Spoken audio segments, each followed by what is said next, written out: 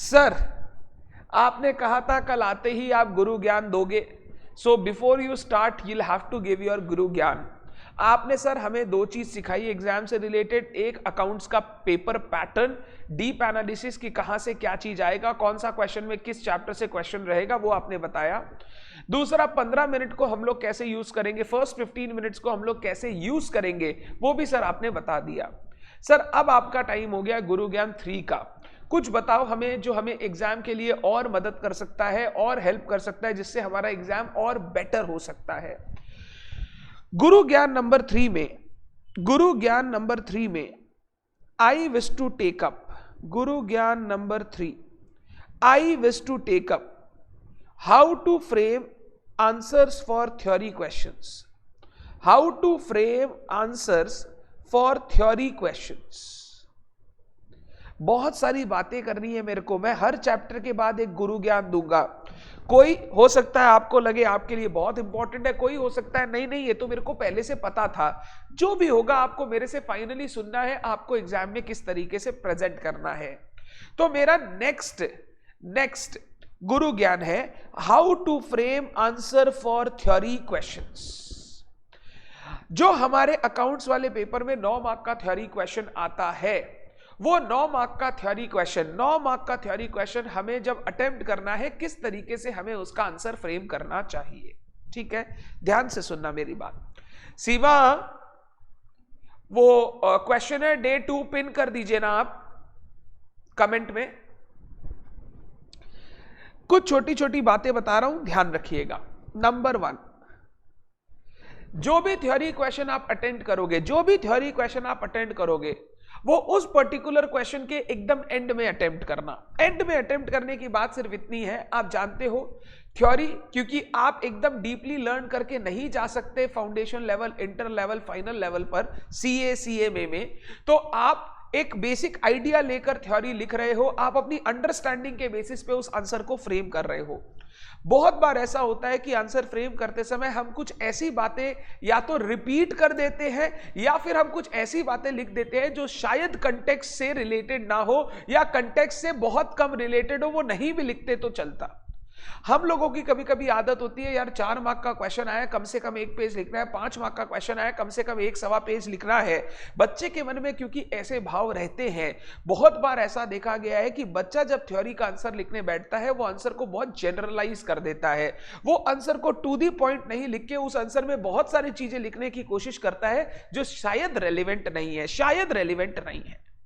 मैं इसीलिए हमेशा बोलता हूं थ्योरी क्वेश्चन एकदम लास्ट में अटेम्प्ट करेंगे आप। लास्ट से मेरा मतलब है, मान लो क्वेश्चन 6 आप अटेम्प्ट कर रहे हो, क्वेश्चन 6 आप अटेम्प्ट कर रहे हो, तो उस क्वेश्चन 6 का बी पार्ट थ्योरी है, पहले आप ए करोगे फिर आप बी का थ्योरी लिखोगे।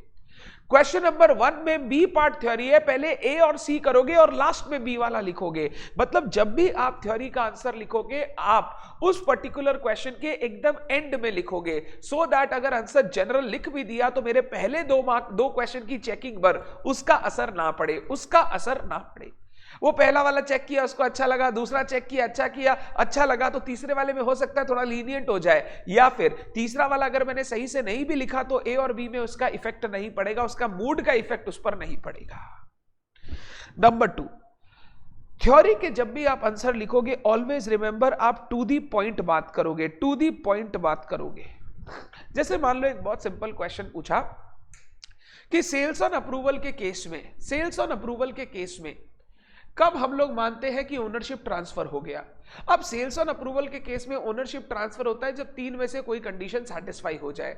नंबर 1 अप्रूव कर लिया वो गुड्स, नंबर 2 रिटर्न नहीं किया विद इन रीजनेबल टाइम, ना अप्रूव किया ना रिटर्न किया with in reasonable time, number 3 वो गुड्स को यूज कर लिया, ऐसी कंडीशन में गुड्स है कि अब वो रिटर्न नहीं किया जा सकता। आपको पता है इस क्वेश्चन में 3 ही पॉइंट है, अगर ऐसा क्वेश्चन 4 मार्क में दे भी देता है आप इधर उधर की बातें नहीं करेंगे, बेसिक 2 लाइन में सेल्स ऑन अप्रूवल और रिटर्न बेसिस समझाया, ये 3 पॉइंट लिखा, आपका आंसर वहीं का वहीं खत्म हो जाना चाहिए।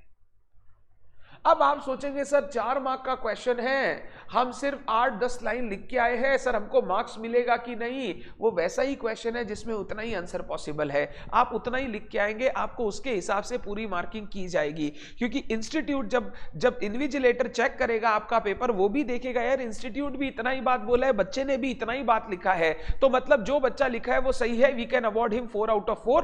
और 4 में 3, 3.5, 2.5, वो तो देखो थ्योरी में थोड़ा बहुत मार्क्स जाएगा, उसको लेके अगर आप सोचोगे perfection, it's never achievable, and the cost of perfection is too much time which you need to devote for the theory part, which I don't think any one of you have to devote a long time for मतलब learning the theory portion. तो वो हम लोग काम नहीं करेंगे, हम लोग हमेशा टू दी पॉइंट रहेंगे, हम लोग इधर उधर की बात नहीं करेंगे। वो क्वेश्चन अगर 8 लाइन में खत्म हो गया तो 8 लाइन, 10 लाइन में खत्म हुआ तो 10 लाइन, बात खत्म। नंबर सी, थ्योरी क्वेश्चन में हमेशा ट्राई करो शॉर्ट पैराग्राफ्स एंड पॉइंट में आंसर लिखने का, शॉर्ट पैराग्राफ एंड पॉइंट्स में आंसर लिखने का। कैसा भी क्वेश्चन आए थ्योरी में, आप ट्राई कीजिए, आप उसको बड़े पैराग्राफ में नहीं लिख रहे हैं, आप उस बड़े पैराग्राफ को छोटे छोटे पार्ट में डिवाइड कर रहे हैं या पॉइंट वाइज डिवाइड करके लिख रहे हैं। अगर आंसर पॉइंट वाइज ही है, जैसे objectives of depreciation, objective of inventory valuation, तब तो पॉइंट वाइज ही लिख दो। बट अगर क्वेश्चन मान लो ऐसा है इनवॉइस वैल्यू का कॉन्सेप्ट समझाइए, तो भी आप ट्राई करेंगे पॉइंट वाइज छोटे छोटे पैराग्राफ्स आंसर लिखेंगे। पैराग्राफ 1 लिख दिया, in case of invoice value the consignor sends goods to the consignee at some markup by adding some markup और profit to the cost of the goods. Number B, next point में लिखोगे this is being done so as to keep the cost secret from the consignee. Number 3, the profit added is known as loading. आप नीचे नीचे point छोटे छोटे मतलब छोटे छोटे शॉर्ट पैराग्राफ्स में वो पॉइंट्स लिख के आओगे, सो दैट जो भी आदमी चेक कर रहा है वो बहुत अच्छी तरीके से आपके क्वेश्चन में समझ सके आपने क्या कहने की कोशिश की है।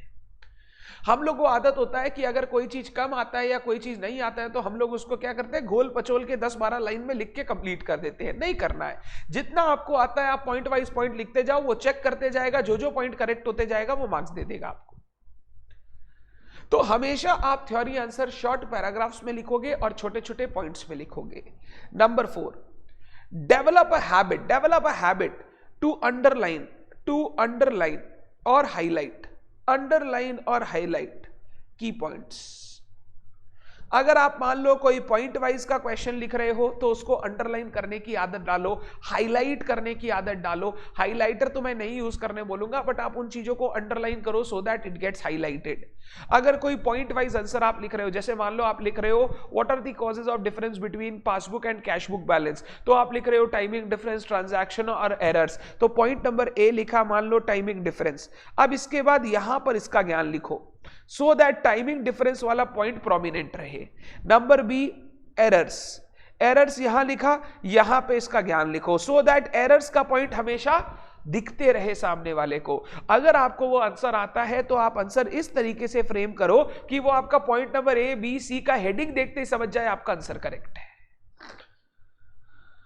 इससे क्या होता है, जो मेरे मेन पॉइंट है वो हाईलाइट भी हो गए और मैंने आंसर को प्रॉपर्ली फ्रेम भी कर दिया। अगर पॉइंट्स नहीं है, अगर आप कोई चीज लिख रहे हो तो उसके कीवर्ड्स को हाईलाइट करो। जैसे मैंने बोला कॉस्ट प्लस प्रॉफिट या cost plus markup, underline.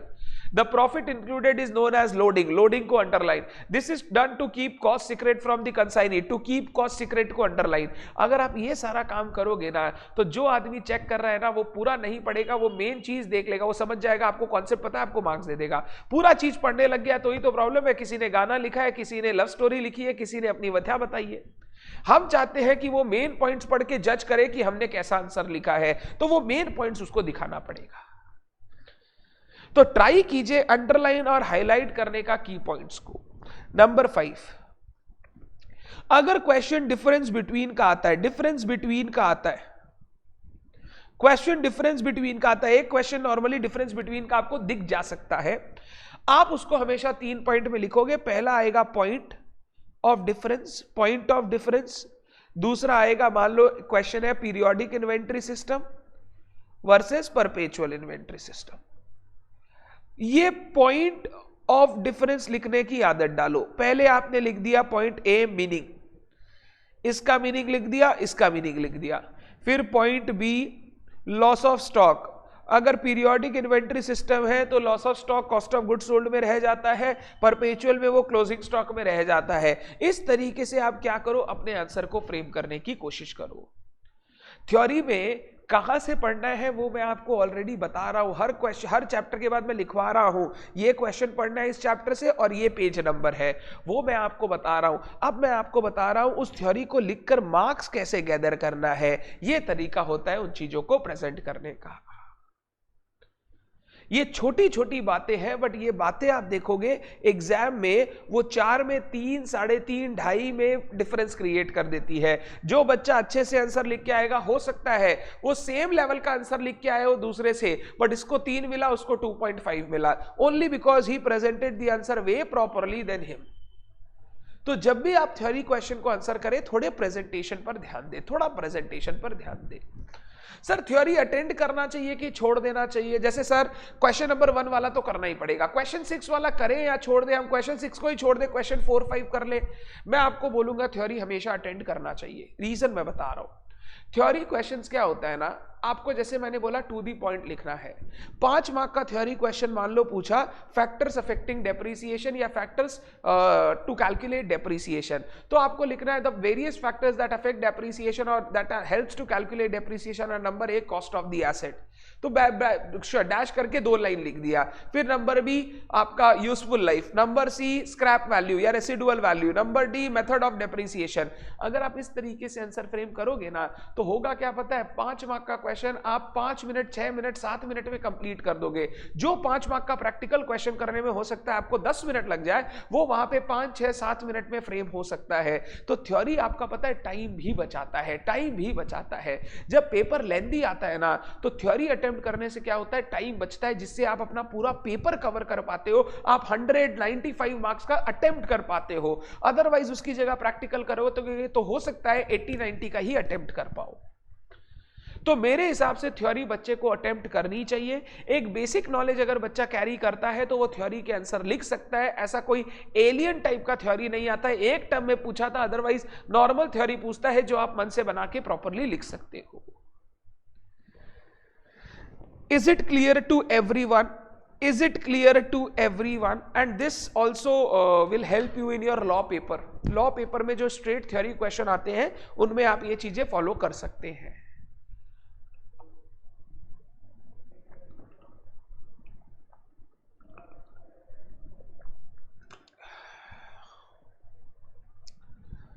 Is it clear everyone? These are very small things, but they helps a lot when it comes to your exam.